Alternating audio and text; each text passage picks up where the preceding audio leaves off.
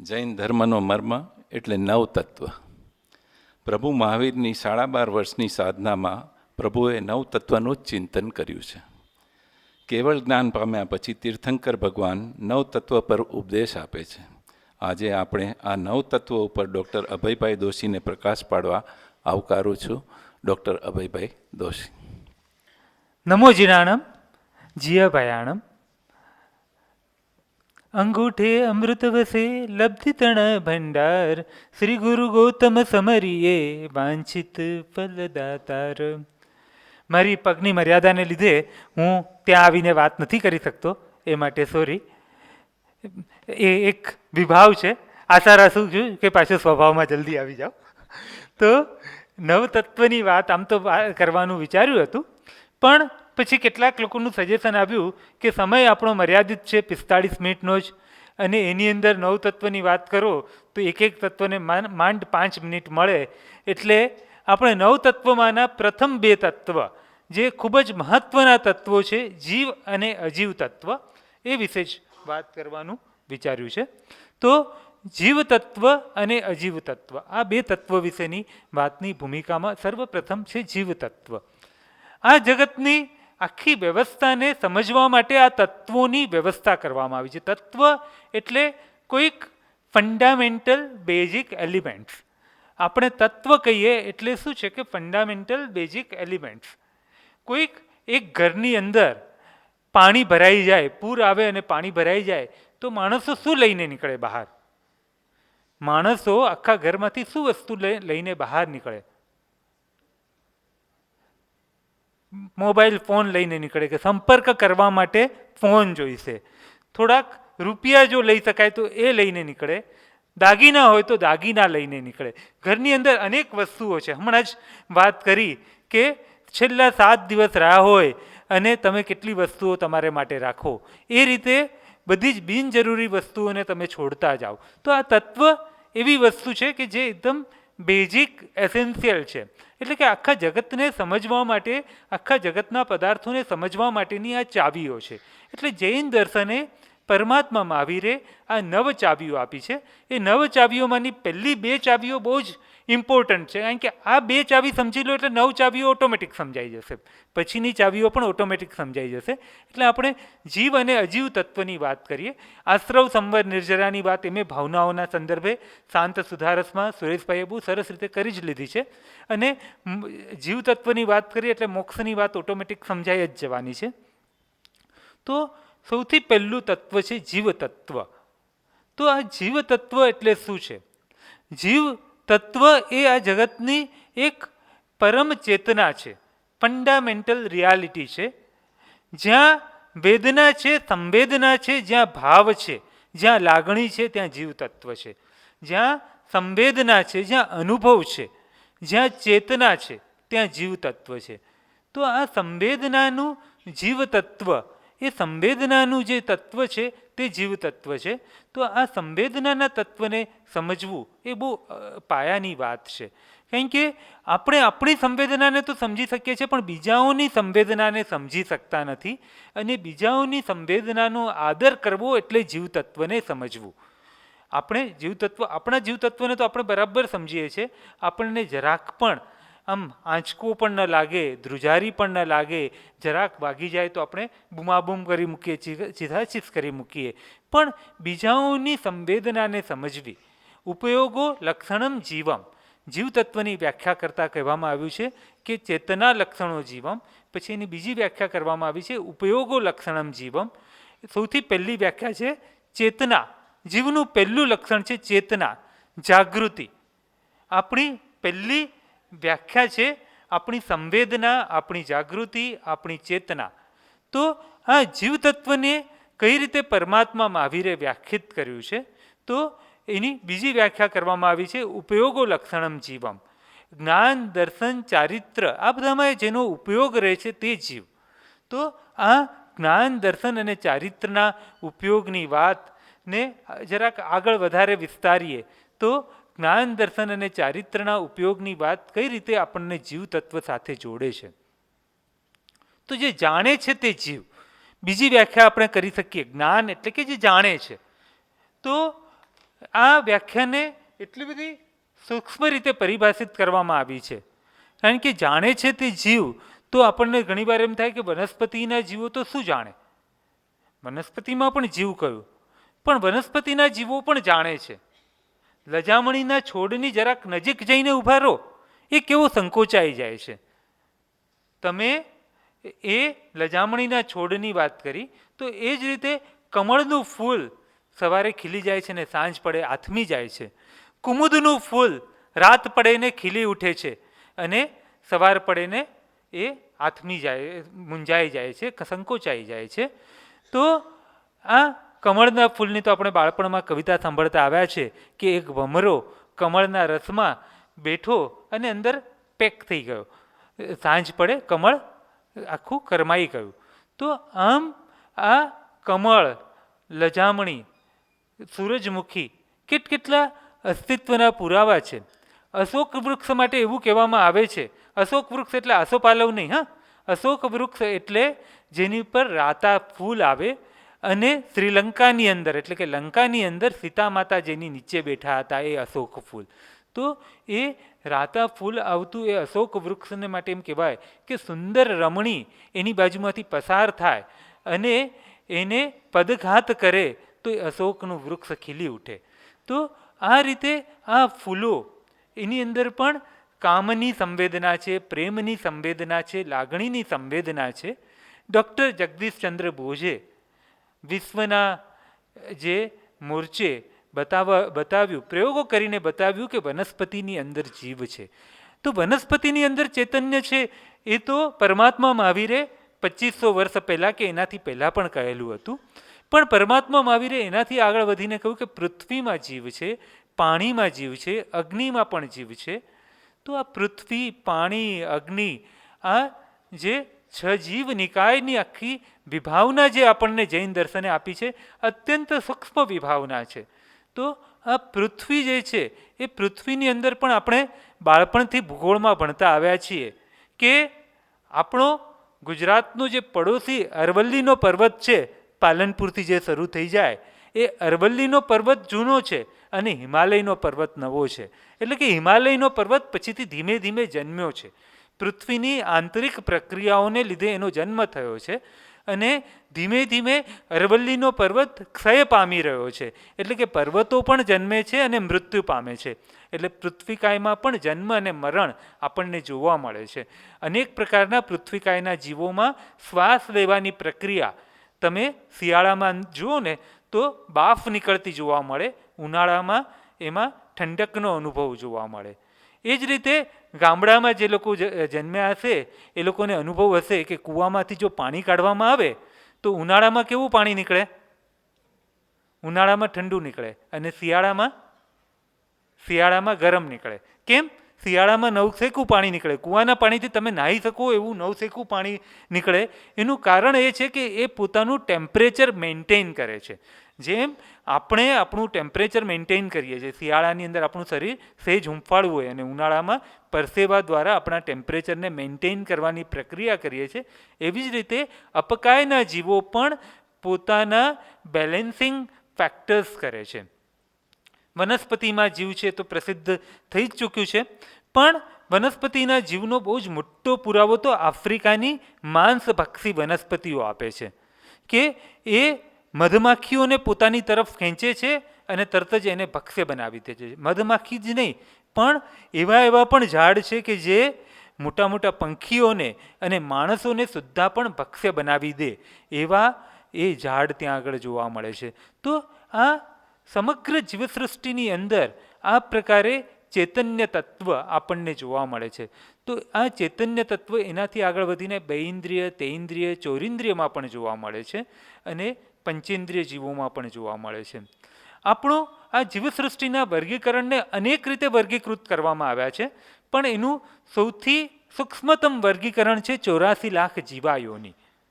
7 લાખ પૃથ્વીકાય, પ્રતિક્રમણમાં આપણે બધા પાઠ બોલતા આવ્યા છીએ. 7 લાખ પૃથ્વીકાય, 7 લાખ અપકાય, 7 લાખ તેવુકાય, 7 લાખ હવાઉકાય, 10 લાખ પ્રત્યેક વનસ્પતિકાય અને 14 લાખ સાધારણ વનસ્પતિકાય.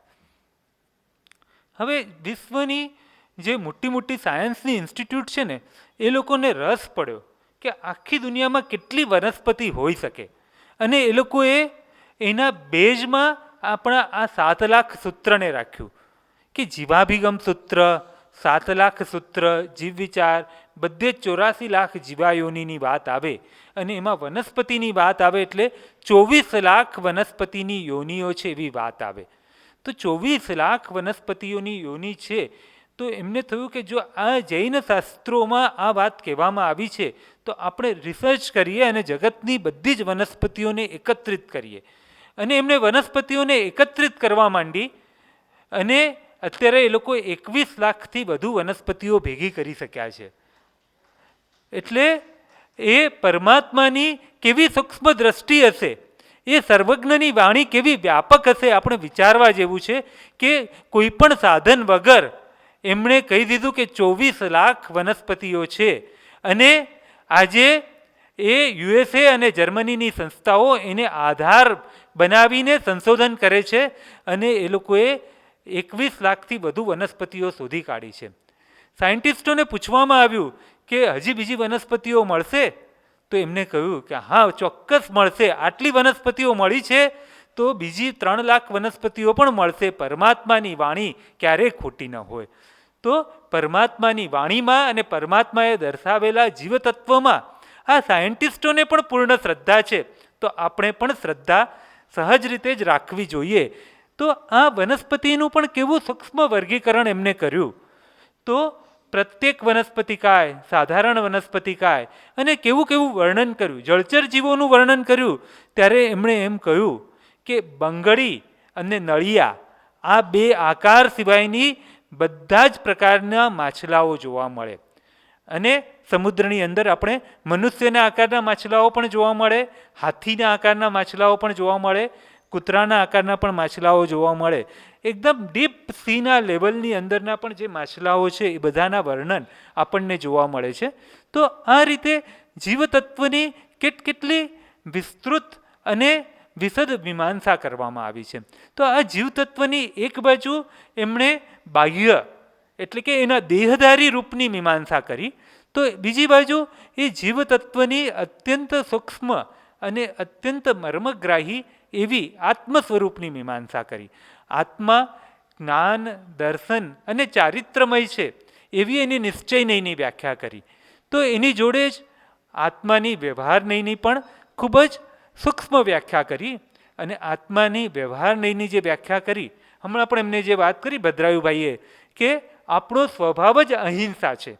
તો એ અહિંસા સ્વભાવનું પહેલું જ નામ આપ્યું કે ક્ષમા, મૈત્રી. જીવનો મૂળ સ્વભાવ મૈત્રી છે.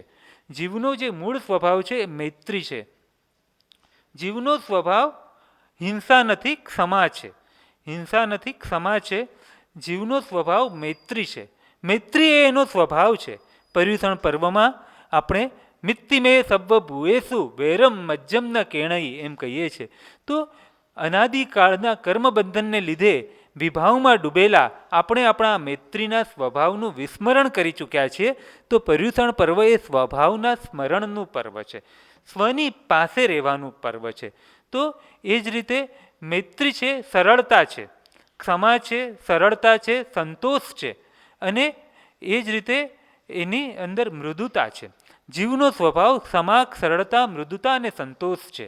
અનાદિકાળથી જીવ ક્રોધ, માન, માયા અને લોભ થઈના વશ થઈને અનેક કર્મોને બંધનમાં ફસાયેલો છે. પણ આ કર્મબંધનમાંથી બહાર નીકળવાની ચાવી એટલે એના સ્વભાવને યાદ કરવાના.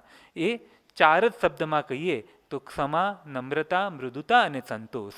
આ ક્ષમા, નમ્રતા, મૃદુતા અને સંતોષ, આ 4 શબ્દને જો આપણે બરાબર યાદ રાખી દઈએ તો કસાયોની કુટિલ એવી માયાજાળમાંથી આપણે મુક્ત થઈ શકીએ. તો આ જીવના સ્વભાવને બીજી બધી રીતે પણ વર્ણવવામાં આવ્યો છે, અનેક રીતે વર્ણવવામાં આવ્યો છે. તો એની અંદર બીજો એક સ્વભાવ કહેવામાં આવ્યો છે પરસ્પરોપગ્રહો જીવાનામ. જીવનો સ્વભાવ જ છે કે બીજા જીવોને સહાય કરવી. આપણે એમ માની લીધો છે કે વિગ્રહ કરવો એ આપણો સ્વભાવ છે. આપણે માની લીધું છે કે યુદ્ધ કરવું એ મનુષ્યનો સ્વભાવ છે, પણ એ તો એનો વિભાવ છે. સ્વભાવ તો છે સહાય કરવી, બીજા જીવોને મદદ કરવી એ એનો સ્વભાવ છે. આપણે ટ્રેનમાં ચડીએ છીએ અને કોઈ માણસ ટ્રેનમાં ચડતા ચડતા પાછળ રહી જાય તો ફટ દઈને આપણો હાથ લંબાય છે. તો આ આપણો સ્વભાવ છે. આપણે ટ્રેનમાં પહેલાં તો કોઈકને જગ્યા આપવા માટે સંકોચ પામીએ છીએ અને પછી જો જગ્યા આપી દીધી, જરાક એમની રિક્વેસ્ટ ઉપર આપણે જગ્યા આપી દીધી અને પછી આપણે કેવા વાતે વળગી જતા હોઈએ છીએ. બહાર ગામ જતા હોઈએ અને રિઝર્વેશન કોચમાં વગર ટિકિટવાળાઓએ ચડવું નહીં, રિઝર્વેશનવાળાઓએ જ બેસવું, એમ કહીને જરાક કડકાઈ તો બતાવીએ શરૂઆતમાં, પણ પછી ઓલા ભાઈ આપણને કહે કે ના ના હવે મારે બહુ અર્જન્ટ હતું અને હું આવી ગયો ટ્રેનમાં, પછી આપણે એમને જગ્યા આપીએ છીએ. પણ જગ્યા આપ્યા પછી ધીમે ધીમે વાત ઉઘડતી જાય છે અને એ ભાઈ કહે કે હું તો સાંતાક્રુઝમાં રહેવાવાળો છું અને આપણે કહીએ હું સાંતાક્રુઝમાં રહું છું. અરે સાંતાક્રુઝમાં ક્યાં આગળ? તો કે ફિરોઝશાહ મહેતા રોડ ઉપર. અને પછી આપણે કહીએ હું ફિરોઝશાહ મહેતા રોડ ઉપર રહું છું. અરે આપણે તો એકબીજાને ઓળખતા જ નહોતા અને પછી તો જે ઓળખાણ નીકળે અને વાતોનો પ્રવાહ ચાલુ થાય છે. તો આ જીવનો સહજ સ્વભાવ છે મૈત્રીનો અને આ મૈત્રીના પર્વે આપણે આ સહજ સ્વભાવનું સ્મરણ કરવાનું છે. બીજું કશું એ કરવાનું નથી. અનાદિકાળમાં આપણે ભૂલી ગયા છીએ ને એને યાદ કરવાનું છે. આપણે આમ જુઓ તો બધા જ પિતા પરમાત્માના સંતાન છીએ. આપણને બધાને ચેતનાનું વરદાન મળેલું છે અને આ ચેતનાનું વરદાન લઈને આપણે બહાર આવ્યા છીએ. પણ આપણે ભૂલી ગયા છીએ કે આપણે આ ચેતનાનું વરદાન પામેલા આત્મા છીએ. આ આત્માનું સ્મરણનું પર્વ એ જ છે આ પર્યુષણ પર્વ. તો આ આત્માના સ્મરણના પર્વને બીજી રીતે આગળ વધારીએ તો એની વાતને આગળ વધારીએ તો આ જીવતત્વની વાતને કેટલી રીતે વિભાજિત કરવામાં આવી છે. તો પહેલું જ એનું લક્ષણ બતાવવામાં આવ્યું કે ચેતના, જે જીવ તત્વનું લક્ષણ છે ચેતના. તો હવે બીજી રીતે વિભાજિત કરવામાં આવ્યા છે ત્રસ અને સ્થાવર. જે ચાલી શકે છે, મૂવમેન્ટ કરી શકે છે એ ત્રસ છે અને જે એક જ જગ્યા પર રહે છે તે સ્થાવર છે. પણ એ સ્થાવરમાં પણ પોતાની ચેતના કઈ રીતે જોવા મળે છે? અમારી બિલ્ડિંગની અંદર છે ને એક લીમડાનું ઝાડ છે અને લીમડાનું ઝાડ છે ને એ આગળ વધે, ખૂબ આગળ વધે છે, મોટું થાય છે. પણ એ મોટું થાય છે બાજુની બિલ્ડિંગમાં, સામેની બિલ્ડિંગમાં આખો રોડ પસાર કરી અને સામે જાંબુનું ઝાડ છે. એ જાંબુના ઝાડને મળવા જાય. મેં કહ્યું કે આ આમ જ કેમ વધી રહ્યું છે? તો અમારો વોચમેન છે ને એ ખેતીવાડીનો અનુભવી, એટલે એ વોચમેન મને શું કહે કે આ જાંબુનું ઝાડ છે ને એ ડાયાબિટીસની દવા છે અને લીમડાનું ઝાડ પણ ડાયાબિટીસની દવા છે. એટલે બેઉ જણા એકબીજાને મળવા માટે ભેગા થઈ રહ્યા છે. એ લોકોનો પોતાનો મૂળભૂત ગુણધર્મ છે, એમ એક સ્વભાવવાળા લોકો ભેગા થાય છે. તો એ સ્થાવર હોવા છતાં પણ, ગઈકાલે વાત કરી હતી પરમ દિવસે કે ઝાડ એકબીજાને નુકસાન પહોંચાડતા નથી, પણ એ ત્રસ હોવા, એ સ્થાવર હોવા છતાં પણ તમે જોયું હશે કે વડની બાજુમાં નારિયેળનું ઝાડ ઉગે. વડ હોય ને એની આજુબાજુમાં ઓટોમેટિક નારિયેળનું ઝાડ ઉગે અને આસોપાલો કે બીજા ઝાડ હોય તો કરમાઈ જાય. કેમ? કારણ કે એમનું ચૈતન્ય એવું છે કે બીજા અમુક ઝાડને મિત્ર ગણે છે ને અમુક ઝાડને એ શત્રુ ગણે છે. આ જો ખેતીવાડીના અનુભવી લોકોને તમે પૂછો ને તો અમુક ઝાડની બાજુમાં જ બીજા અમુક પ્રકારના જ ઝાડ વાવવામાં આવે તો જ એ એકબીજાને સપોર્ટિવ બને. તો એ પરસ્પરોપગ્રહો જીવાનામ, એમ એ પ્રત્યેક જીવોનો પોતપોતાનો સ્વભાવ છે.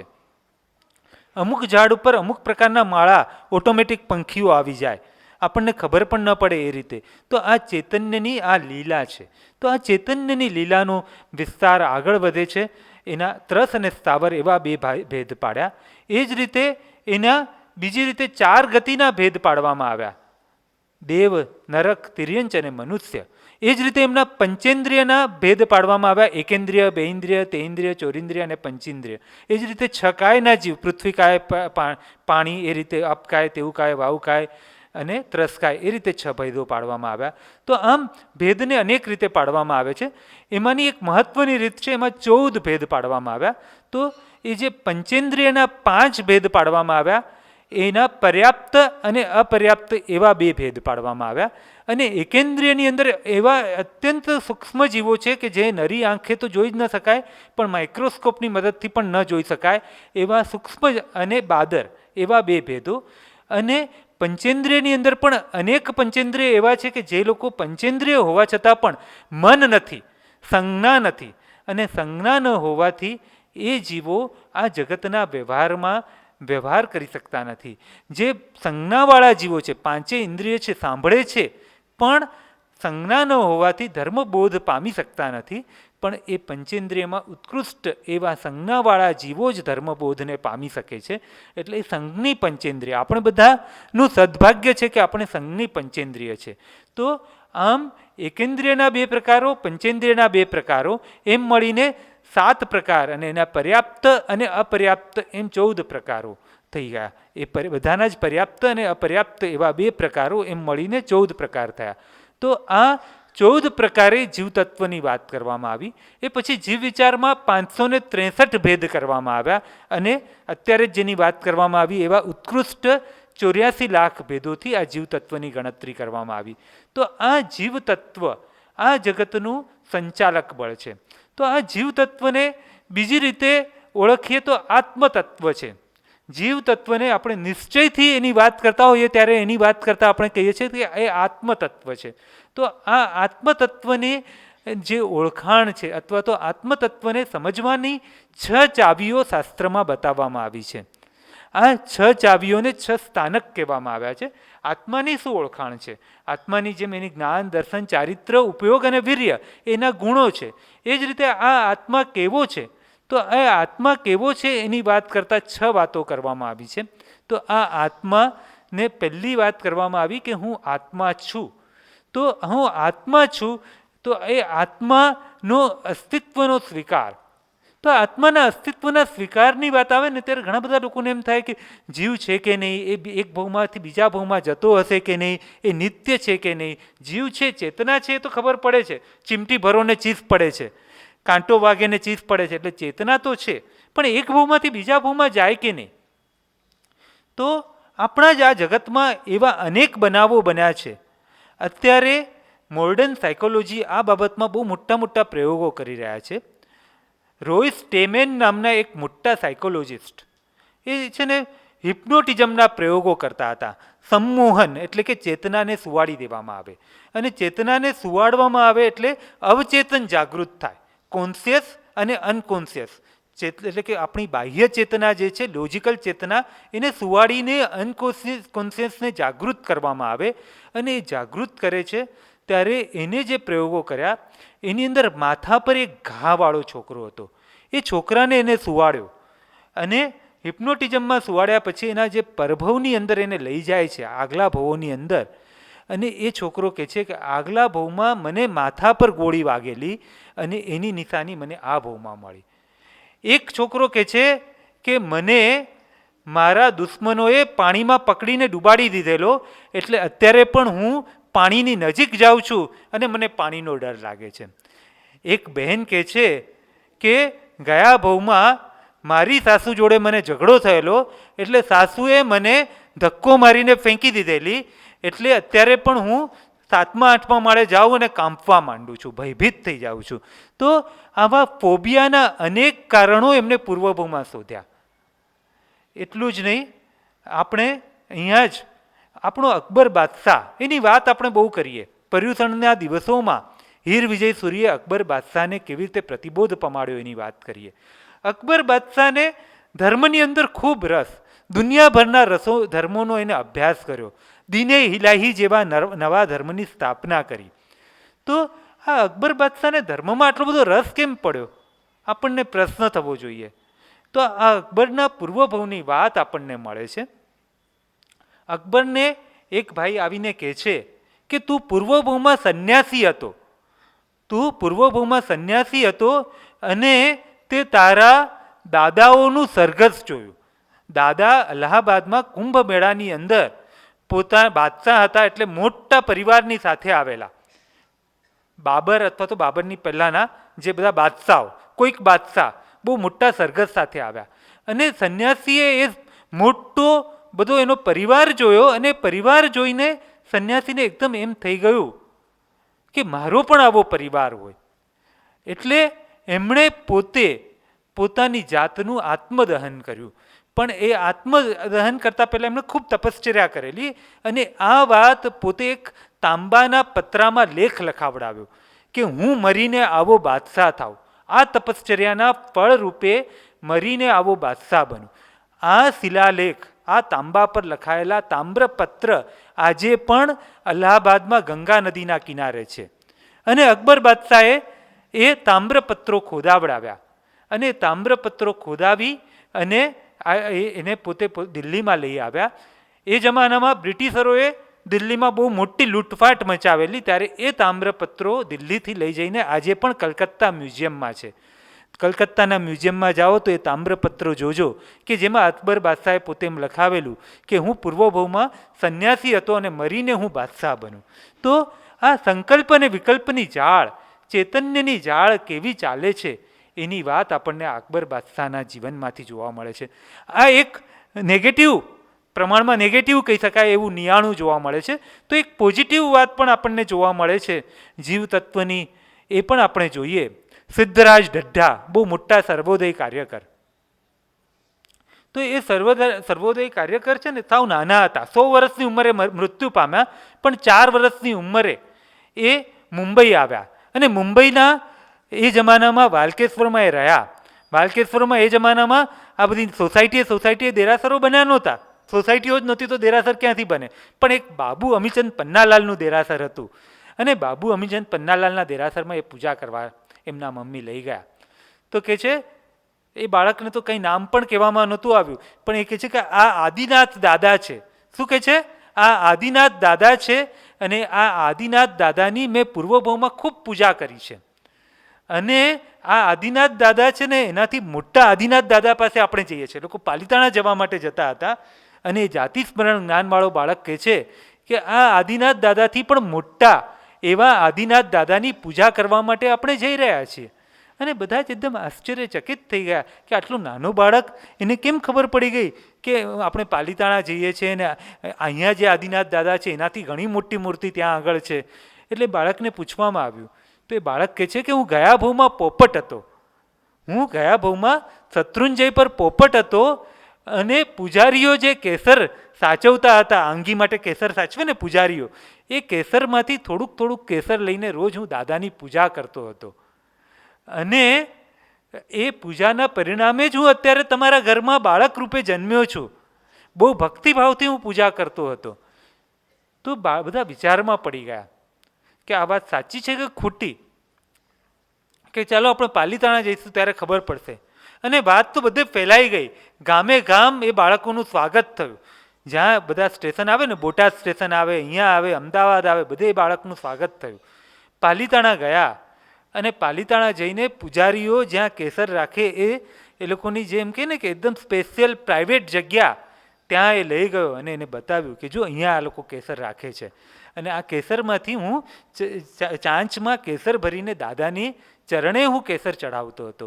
તો આ કેસર ચડાવવાના પરિણામે હું આ ભવમાં મનુષ્ય ભવને મેં પ્રાપ્ત કર્યું છે. અને એ બાળકનું એથી જ એનું નામ રાખવામાં આવ્યું સિદ્ધરાજ. નાડોલના દેરાસરની ભમતીમાં આ સિદ્ધરાજનો બનાવ આલેખાયેલો છે અને અનેક જગ્યા પર આ ઘટનાની નોંધ લેવાયેલી છે. એટલે આ જીવ તત્વ છે, આત્મા છે અને નિત્ય છે. નિત્ય છે માટે જ એક ભવમાંથી બીજા ભવમાં જાય છે ને. અને પછી એ કર્મને બાંધનારો છે અને એ કર્મના ફળને ભોગવનારો પણ છે અને એ કર્મના ક્ષય કરીને મોક્ષ પ્રાપ્ત પણ કરી શકે છે અને મોક્ષનો ઉપાય પણ છે. તો આ જીવ તત્વને સમજવાની આ 6 ચાવીઓ છે. એટલે ક્રમબદ્ધ રીતે આપણને મોક્ષ મળી જશે, આપણે કોઈ પ્રયત્ન નહીં કરીએ ને મોક્ષ મળી જશે, એ તો મોક્ષ મળવાનો છે ત્યારે મળશે જ. પણ જ્યારે પણ મળશે ત્યારે એમાં આપણો પુરુષાર્થ અવશ્ય જરૂરી છે. અને આ પુરુષાર્થ એટલે શું?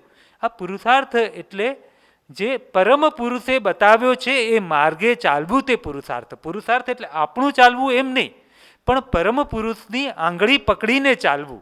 પરમ પુરુષે જે માર્ગ બતાવ્યો છે એની આંગળી પકડીને ચાલવું, તે પુરુષાર્થ. તો આ આત્મા છે એ શુદ્ધ બુદ્ધ મુક્ત નિરંજન અને નિરાકાર છે. હવે આપણે બીજા અજીવ તત્વની વાત કરીએ. તો આ અજીવ તત્વ જે છે એ અજીવ તત્વની પણ બહુ જ વિશદ એવી પરિભાષા કરવામાં આવી છે. અજીવ તત્વની અંદર ધર્માસ્તિકાય, અધર્માસ્તિકાય, પુદ્ગલાસ્તિકાય, આકાશાસ્તિકાય અને સૌથી છેલ્લું સમય, એમ 5 તત્વોને ગણાવવામાં આવ્યા છે. ધર્માસ્તિકાય એટલે આપણને ચાલવામાં સહાય કરે તે ધર્માસ્તિકાય.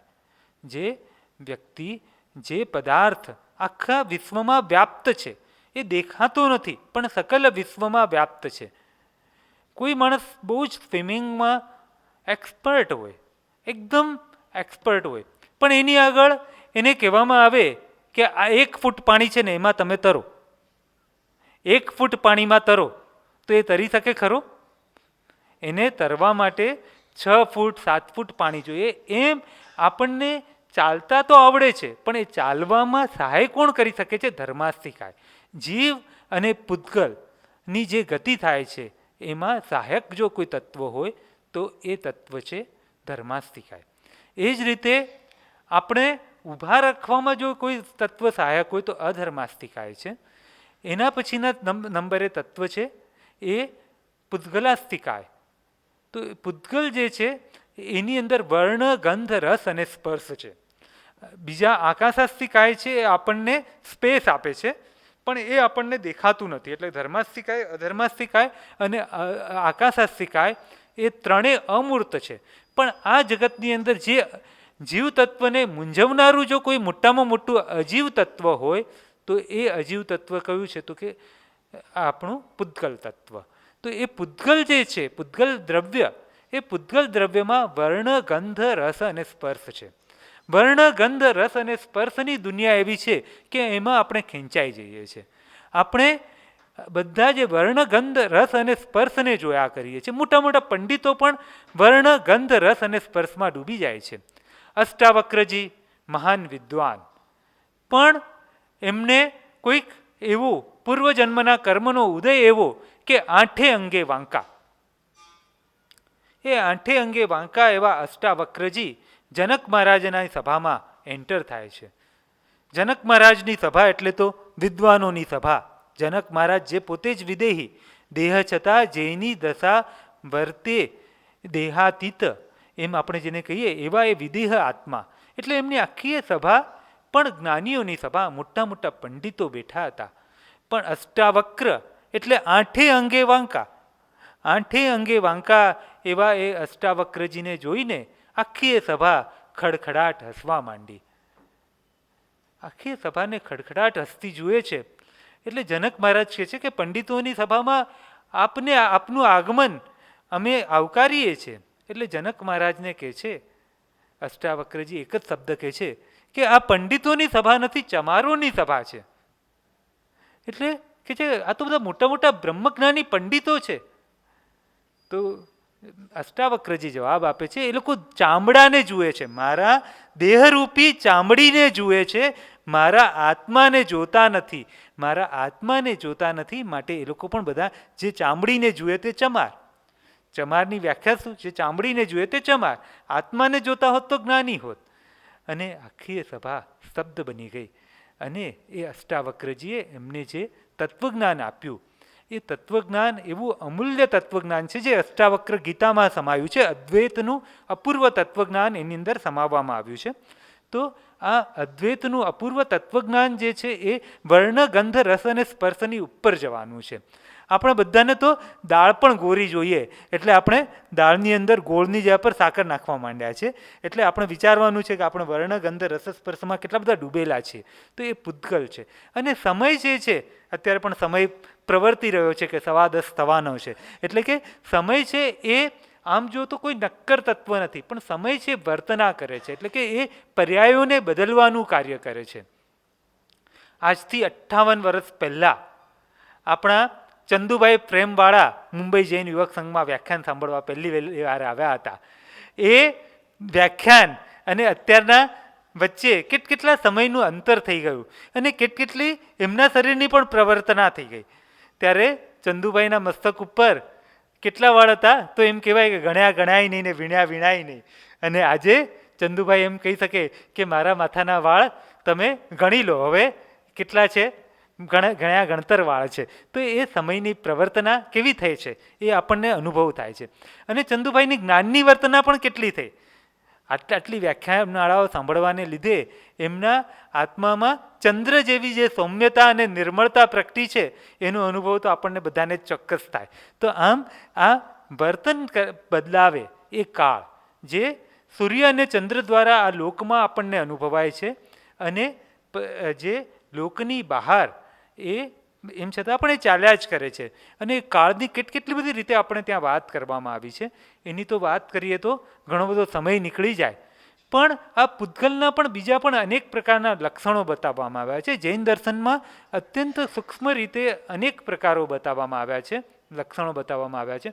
બધે જ હોય એવું નહીં, પણ આતપ એટલે કે જે આપણને ગરમી આપે, ઉદ્યોત એટલે પોતે ગરમ ન હોય પણ પોતાનો પ્રકાશ એ ગરમ હોય. સૂર્યના જે કિરણો છે ને, જૈન દર્શન તો એવું કહે છે કે સૂર્ય પોતે ઠંડો છે પણ એના કિરણો ગરમ છે. એટલે આ એક બહુ મોટા રિસર્ચની વાત છે. આપણી જેમ જગદીશચંદ્ર બોઝે આપણને શોધીને આપ્યું એમ આપણી સામે પડકાર છે કે પૃથ્વીની અંદર જીવ છે, પાણીની અંદર જીવ છે. આ બધી વાત આપણે દુનિયાની આગળ રજૂ કરીએ તો આ જૈન દર્શનની આખી જે પરિભાષા છે એ આજના લોકોને ખૂબ જ એક્સેપ્ટેબલ બની જાય. તો એ જ રીતે એમને અજીવ તત્વની અંદર પણ 14 ભેદ બતાવ્યા છે. જેમ જીવ તત્વમાં 14 ભેદ છે એવી જ રીતે અજીવ તત્વના પણ 14 ભેદ બતાવવામાં આવ્યા છે. કે એક છે સ્કંદ, આખી દુનિયાને જે આવરીને રહ્યા છે એવા એ સ્કંદ એટલે કે મોટા જે હોય એ સ્કંદ કહેવાય. લાડુ, એક લાડુ છે એ સ્કંદ છે. હવે લાડુના તમે ટુકડા પાડો તો એ પ્રદેશ બને. બુંદીના લાડુ કાલે મહાવીર જન્મ વાચનમાં બધાને મળવાના છે. તો એ બુંદીનો લાડુ છે ને એ એક સ્કંદ છે. એના જ્યારે ટુકડા પાડો ને નાના નાના તો એને શું કહેવામાં આવે? પ્રદેશ, દેશ કહેવામાં આવે. એનાથી નાનો ટુકડો પાડવામાં આવે, એક બુંદી સ્વતંત્ર બને તો એને પ્રદેશ કહેવામાં આવે. અને એ ટુકડો જ્યારે એકદમ એના બુંદી મૂળથી છૂટો પડી જાય ત્યારે એને પરમાણુ કહેવામાં આવે. તો ધર્માસ્તિકાય, અધર્મ્યસ્તિકાય અને આકાશાસ્તિકાયમાં સ્કંદ, દેશ અને પ્રદેશ છે પણ પરમાણુ નથી. પૂતગલના નાનામાં નાના ટુકડા જોવા મળે. એટલે અણુની, એટમની બહુ ઝીણામાં ઝીણી વિભાવના કરવામાં આવી છે. અત્યારનું ફિઝિક્સ તો પહેલાં એમ કહ્યું કે આ એટમ નાનામાં નાનો ભાગ છે, પછી એમને કહેવું પડ્યું કે એનાથી નાના ઇલેક્ટ્રોન છે, પ્રોટોન છે, ન્યુટ્રોન છે. એમ એ લોકોની શોધ આગળ ને આગળ વધતી ગઈ. તો ત્યારે આપણા જૈન દર્શનમાં એમ કહેવામાં આવ્યું કે નાનામાં નાનો અવિભાજ્ય જે ભાગ છે તે પરમાણુ. તો આવા પરમાણુ અને આ પરમાણુઓની સંયોજન અને વિયોજનની આખી પ્રક્રિયા એનું ખૂબ ડિટેલમાં જેની વાત કરવામાં આવી છે. આની ઉપર ખૂબ મોટા પાયા પર રિસર્ચ પણ થયું છે કે આખા તત્વાર્થના 4થા અને 5મા અધ્યાયમાં જે બધી વાત કરવામાં આવી છે એની ઉપર ડૉક્ટર સુધીર શાહ, જે અમદાવાદની અંદર મોટા ન્યુરોલોજિસ્ટ જેને પદ્મશ્રી મળ્યું છે, એમને પોતે ખૂબ મોટા પાયા પર રિસર્ચ કર્યું છે. એ જ રીતે મુંબઈની અંદર આપણે ચેમ્બુરમાં જ અત્યારે ચાતુર્માસ બિરાજમાન છે નંદી ઘોષતુરી, તો એમને પણ અનેક પ્રકારના આ બાબતોમાં રિસર્ચ કર્યા છે. તો આ આપણું ફિઝિક્સ કેટલું બધું સચોટ છે. પૂતગલની અંદર કેવા પ્રક્રિયા થાય છે, એ કેવી રીતે સ્કંદ બનાવે છે, કેવી રીતે દેશ બનાવે છે, પ્રદેશ બનાવે છે, આ બધાની વાત કરવામાં આવી છે. અને કાળ તત્વના કોઈ વિભાગ નથી, કારણ કે કાળ એ તો માત્ર વર્તન છે. એટલા માટે કુળ મળીને સ્કંદ, દેશ, પ્રદેશ 3 જે છે એના સ્કંદ, દેશ, પ્રદેશ એટલે 9 અને પૂતગલના સ્કંદ, દેશ, પ્રદેશ અને પરમાણુ એટલે 13 અને કાળ એમ 14 વિભાગો થયા. તો આમ આ જીવ અને અજીવ તત્વ, આ 9 તત્વમાં આ જીવ અને અજીવ તત્વ આ બેને સમજી લો એટલે કે અજીવ જે છે એ છોડવા જેવું છે. હે અને ઉપાદેયની પરિભાષામાં આપણે આખી વાતને કરતા હોઈએ છીએ. તો હે શું અને ઉપાદેય શું? તો હે એટલે છોડવા જેવું, તો કે અજીવ તત્વ જે છે એ છોડવા જેવું છે અને જીવ તત્વ એ કયું છે? તો એ ઉપાદેય છે. આપણા આત્મતત્વમાં આપણી પ્રતિષ્ઠા કરવાની અને બીજાઓના આત્મતત્વ પ્રત્યે સમદર્શિત્વ કેળવવાનું. 2 વાત છે. આપણા આત્મામાં આત્મભાવે સ્થિર થવું અને બીજા આત્મા પ્રત્યે સમદર્શિતા કેળવવી. એટલે કે જીવ જગતની અંદર રહેલા 14 રાજલોકની અંદર રહેલા સર્વે જીવો મારા જેવા જ જીવ છે. જેવો મારો આત્મા અનંત જ્ઞાન, દર્શન, ચારિત્રનો ભંડાર છે, એવી જ રીતે આ જગતના સર્વે જીવો જ્ઞાન, દર્શન, ચારિત્રથી પરિપ્લાવિત છે.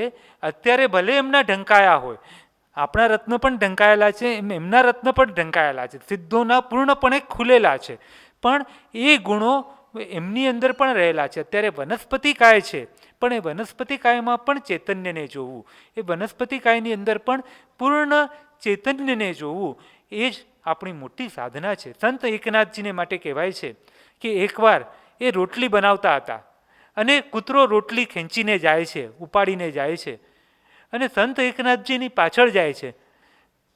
તો બાજુવાળા એમના સહાધ્યાયીઓ કહે છે કે તમે તો કહો છો ને કે આ બધા પશુ પ્રાણી બધામાં જ બ્રહ્મ છે, તો તમે કેમ એમની પાછળ દોડ્યા? તો કહે છે કે હું એની પાછળ દોડ્યો કે આ લુખી લુખી રોટલી ખાશે તો એ કૂતરાના બ્રહ્મને પેટમાં દુખવા આવશે. તમે જુઓ, હું લાકડી લઈને પાછળ નથી દોડ્યો, હું તો ઘીની લોટી લઈને પાછળ દોડ્યો છું. તો આવી ચૈતન્ય તત્વની પૂર્ણ પ્રતિષ્ઠા આપણા હૃદયમાં થાઓ અને આ પર્યુષણ પર્વમાં આ આત્મતત્વની અંદર સ્થિર થઈએ, આપણા આત્માના જ્ઞાન દર્શન ચારિત્રનો આપણે અનુભવ કરીએ, આપણા અનંત વીર્યનો અનુભવ કરીએ, આપણે ઉર્ધ્વગમનને પામીએ અને આ સમગ્ર જીવરાશિમાં પ્રતિષ્ઠિત પરમ ચૈતન્યના સાક્ષાત્કારનો અનુભવ કરીએ. અને આપણે પણ જેમ કાનજી સ્વામીએ અંત સમયે કહ્યું હતું ને કે મેં આ ભવમાં બધા આત્માને આત્મરૂપે જ જોયા છે, પણ ક્યાંક એમને પર્યાય રૂપે જોયા હોય તો એ પર્યાય રૂપે જોયા હોય એને માટે હું મિચ્છામી દુક્કડમ માંગુ છું. એમ પર્યુષણ પર્વના અંતે સંવત્સરી પ્રતિક્રમણ કરતાં આપણે પણ એવું મિચ્છામી દુક્કડમ કહી શકીએ કે સર્વે જીવો મારા જેવા જ છે, પણ એ સમદર્શિતાપણામાં મારી ક્યાંક ખોટ આવી હોય એ માટે હું મિચ્છામી દુક્કડમ આપું છું. તો આવા સમદર્શિતાપણાની સાધના રૂપે આપણે આગળ વધીએ એ જ અને પૂતગલના સંગને છોડીને નિજ ભાવમાં સ્થિર થઈએ એવી જ પ્રાર્થના સાથે હું સમાપ્ત કરું છું. અભયભાઈ, આપનો ખૂબ ખૂબ આભાર. નવ તત્વની નવ ચાવી આપણે દર્શાવી, પૂર્વભવની વાતો કરીને ઘણો બધા અનુભવો તમે અહીંયા રજૂ કર્યા. અને ખરી વાત તો જે તમે ઘી લઈને પાછળ દોડવાની વાત કરી, આપણે આવી શિક્ષણ સંસ્થાને લીધી છે, આપણે ઘી લઈ અને પાછળ દોડીએ અને એ લોકોને મદદરૂપ બનીએ એવી આપ સર્વની તરફથી અપેક્ષા. નમસ્કાર.